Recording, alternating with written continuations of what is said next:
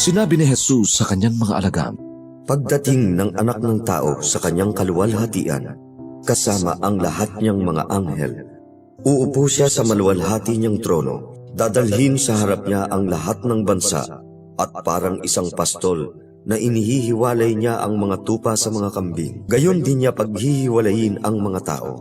Ilalagay niya ang mga tupa sa kanan niya at ang mga kambing sa kaliwa. Sasabihin ng hari sa mga nasa kanan niya, Ali kayo, pinagpala ng aking ama.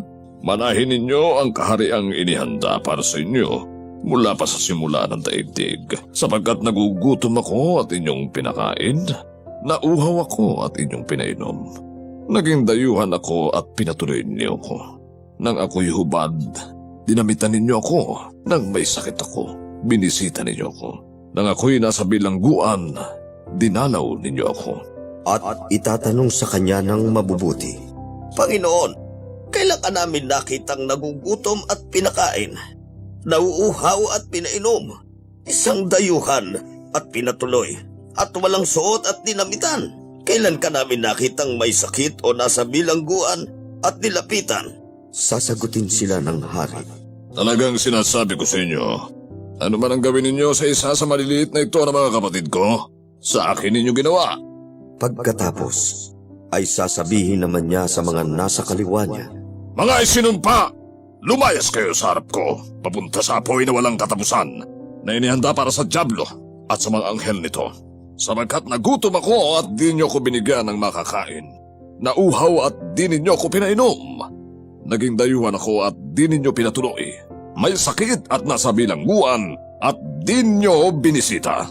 Kaya itatanong din nila, Panginoon, kailan ka namin nakitang nagugutom, nauuhaw, dayuhan, hubad, may sakit o nakabilanggo, at di namin pinaglingkuran? sasagutin sila ng hari, Talagang sinasabi ko sa inyo, ano man ang hindi ninyo ginawa sa isa sa maliliit na ito, hindi nyo ginawa sa akin.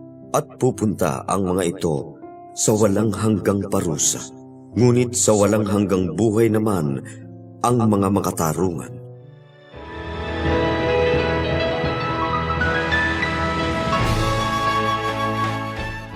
Magandang araw po mga kapatid.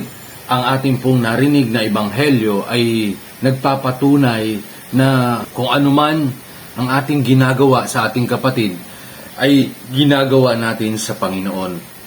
Si Jesus po mismo ang nagsabi. Kaya mayroon po kasing mga religious groups, mga sekta, na ang pananampalataya ay Bible alone, mayroong faith alone. Dito po, yung mga nananalig na faith alone makakapagligtas, eh mukhang kulang kasi sinabi ng ating Panginoon ay kailangan mong tumulong sa iyong kapwa. Kung ano man ang iyong ginawa sa iyong kapatid ay ginagawa mo sa akin.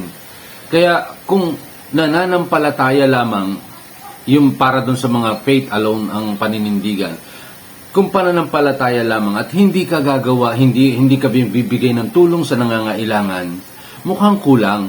Kasi paghahanapan ka ng Diyos, paghahanapan ka sa huling araw o pagharap natin sa Kanya, ano yung ginawa mo sa kapwa? Wala tayong masasabi kapag puro faith lang tayo.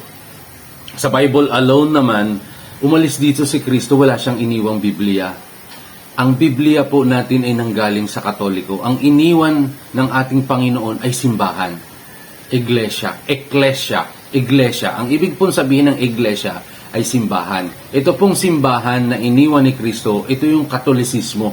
Ito yung Katoliko. Kasi ang head ng Catholic ay Pope. Ang unang Pope ay si Pedro. At ito na po lumaganap hanggang nakarating dito sa Asia, sa Pilipinas. Ang Bible po, nire-remind ko, ang Bible po ay nanggaling sa Katoliko. Ito ay mga sinulat, kinumpile. Ang iniwan po ng ating Panginoon ay simbahan. At ito po yung Katolisismo. Ayun po, maganda ang history ng ating simbahan. Ang sinasabi ng ating gospel ngayon, tumulong tayo sa nangangailangan, lalo dun sa mga mahihirap. Konting tulong po para tayo ay maging maayos yung ating pamumuhay, pagdating ng huling araw, mayroon tayong masasabi sa Panginoon. Life is beautiful.